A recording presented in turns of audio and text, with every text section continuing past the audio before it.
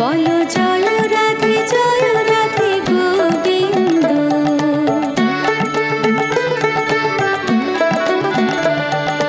দর্শনে শ্রবণে দেখো প্রেম ঢালা ঢাল, হৃদয়ে দেখো ফুটে আছে প্রেম শতদল। দেখো দেখো যুগল মূরতি সকলে, বলো জয় রাধে গোবিন্দ।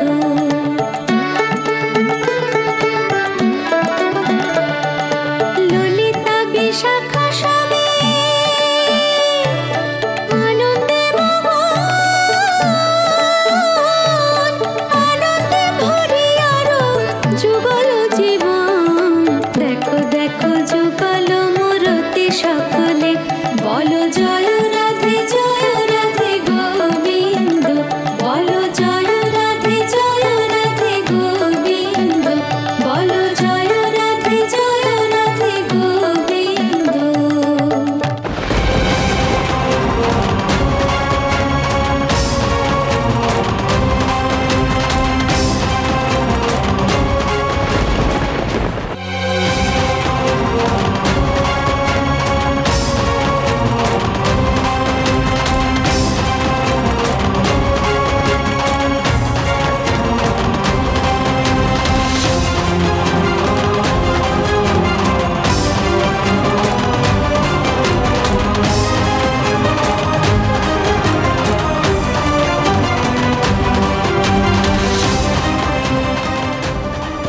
এ তো বাদশাহী গয়না।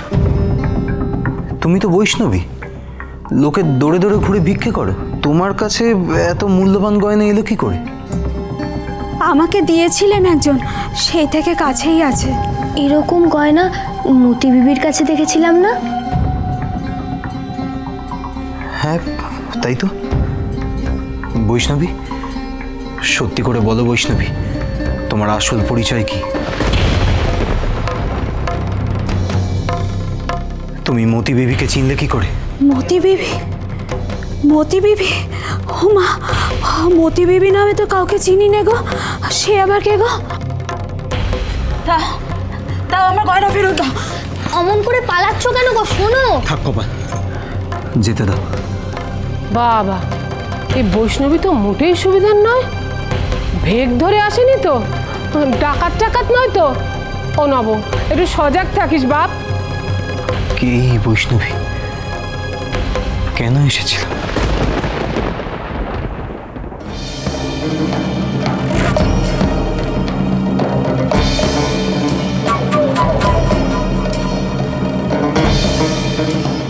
কপাল জোরে বেঁচে গেছি, আর একটু হলেই ধরা পড়ে যেতাম। যত তাড়াতাড়ি সম্ভব মতি বিবির কাছে খবরটা পৌঁছে দিতে হবে, নইলে গর্দানও যেতে পারে।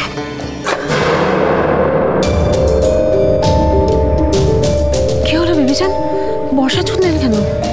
হাতের নিশানাটা একটু পরখ করলাম।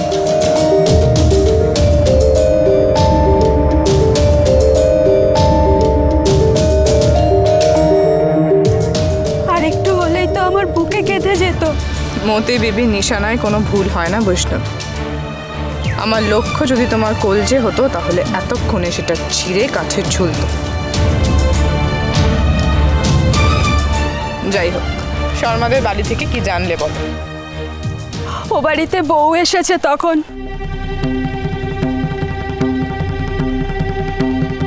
এই বাড়িতে তার নাম আর কোনোদিন উচ্চারণ হবে না।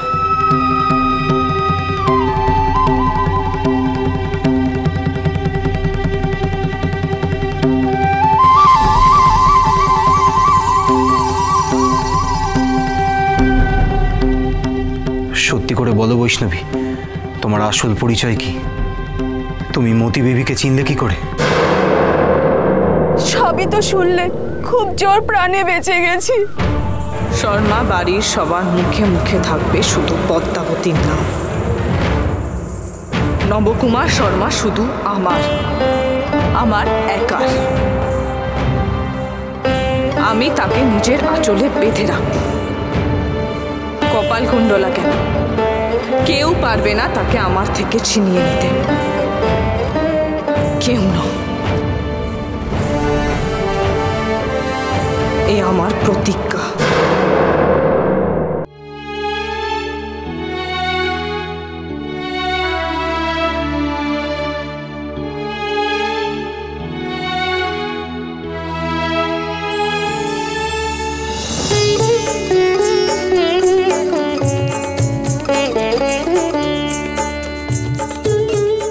কতদিন পরে নবতকে বসিয়ে খাওয়াচ্ছি।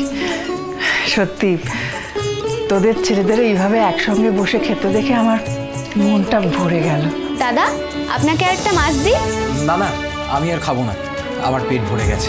উমা, সে কি রে, এই তো মাত্র কটা ভাত খাচ্ছিস, কতদিন ভালো করে খাসনি বলতো বাবা? তা বটে, তোমাদের হাতের রান্নার স্বাদই আলাদা। খুব তৃপ্তি করে খেলাম। তাহলে নিন না, আরেকটা মাছ নিন। ও ঠাকুরজি, দাদাকে একটু ভাত দাও। না না, আর না, আমি কি বক রাক্ষস নাকি? আর খেলে কিন্তু আমার পেট ফেটে যাবে। এইটুকু মাছ খেলে কিচ্ছু হবে না। না না, তুমি বরঞ্চ নরেন আর গণেশকে দাও। না না, আমি আর খেতে পারবো না, আমার পেট ভরে গেছে। তুমি বরঞ্চ গণেশকে দাও। আমি আচ্ছা আচ্ছা, ঠিক আছে, কেউ যখন খাবে না তখন আমাকেই দাও একটা, দাও। হ্যাঁ দিচ্ছি, কিন্তু দাদা তুমি আরেকটা মাছ নাও।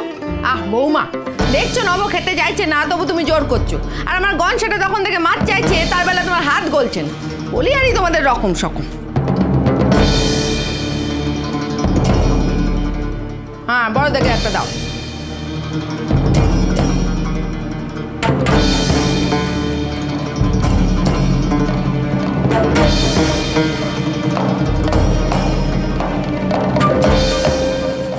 আজ তো তোরা তবু মাছ খাচ্ছিস, আগে তো এ বাড়িতে মাছই ঢুকতো না রে। রাধা গোবিন্দ আছেন না, দাদাই তো মাছ খাওয়ার চল করে। ভাগ্যিস করেছিল, নাড়টা সবাইকে উপট করে ডাকতে হতো। দেখো দেখি, শাট শাট শাট। আমার সময় একটা কথা বলিস কেন গনসা? খাবার সময় সব দিকে তো কান দিবি না, খা।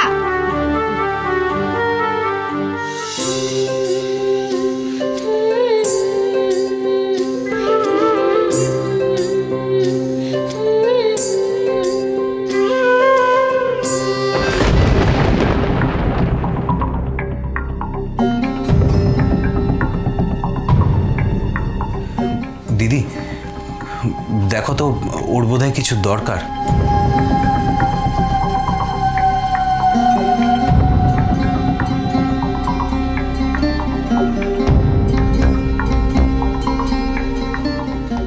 নতুন বউ, তুই আবার এখানে এলি কেন?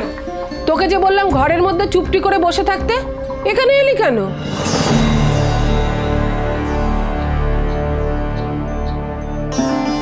আমি তো পথিককে ছাড়া আর কাউকে চিনি না, দেখলাম পথিক কোথাও নেই, তাই।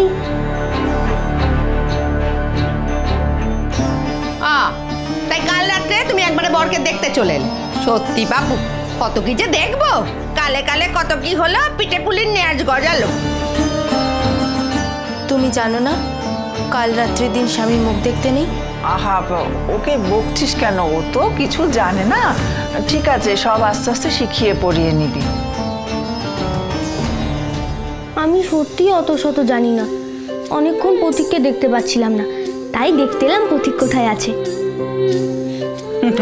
বউটা না চলে আমাদের নবদাদাকে না দেখে এক মুহূর্ত থাকতে পারছে না। থাম তুই, চোখে হারাচ্ছি। বলি, এতদিন তো চোখে চোখেই রেখেছিলে, এখন ছেলেটা একটু বাড়িতে ফিরেছে, একটু ক্ষমা দাও মা। ছেলেটা ভালো মন্দ বলে তো কিছু আছে নাকি? আমি তো পথিককে। থাম দেখি তুই, পথিক পথিক কি অনাচ্ছিসটি ডাক বাপু। নিজের স্বামীকে কেউ পথিক বলে ডাকে তো কসমিন কালেও শুনিনি। বলেই ফেললাম কথাটা, আমি তো আবার কিছু বললেই দোষ। আহা মা, বউঠান অত কিছু জানে না কাকে কি বলে ডাকতে হবে, আস্তে আস্তে সব শিখে যাবে। না না, ঠিক আছে ঠিক আছে, ও অত বুঝতে পারেনি তো, তাই চলে এসছে। শ্যামা, তুই বরঞ্চ ওকে ঘরে নিয়ে যা। থাক, বউকে আমি নিয়ে যাচ্ছি।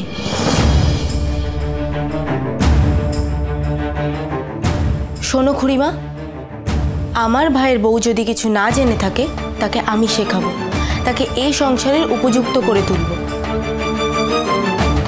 এ নিয়ে ভেবে মাথা খারাপ করো না।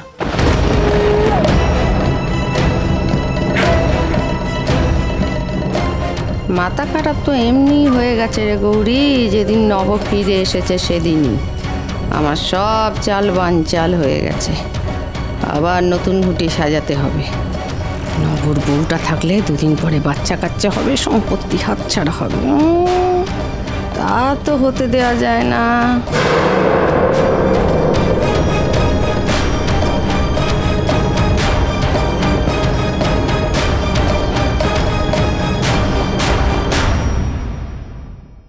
খেয়ে নাও গো বৌদিদি, নিশ্চয়ই তোমার খুব খিদে পেয়েছে। মা বলল তোমাকে খেয়ে নিতে। আমি একা একা খাওয়া শুরু করে দেবো? তুমি, মা, পিসিমা, তোমাদের তো কারোরই খাওয়া হয়নি। কি করে খাবো? এমন করে খাওয়া যায় নাকি?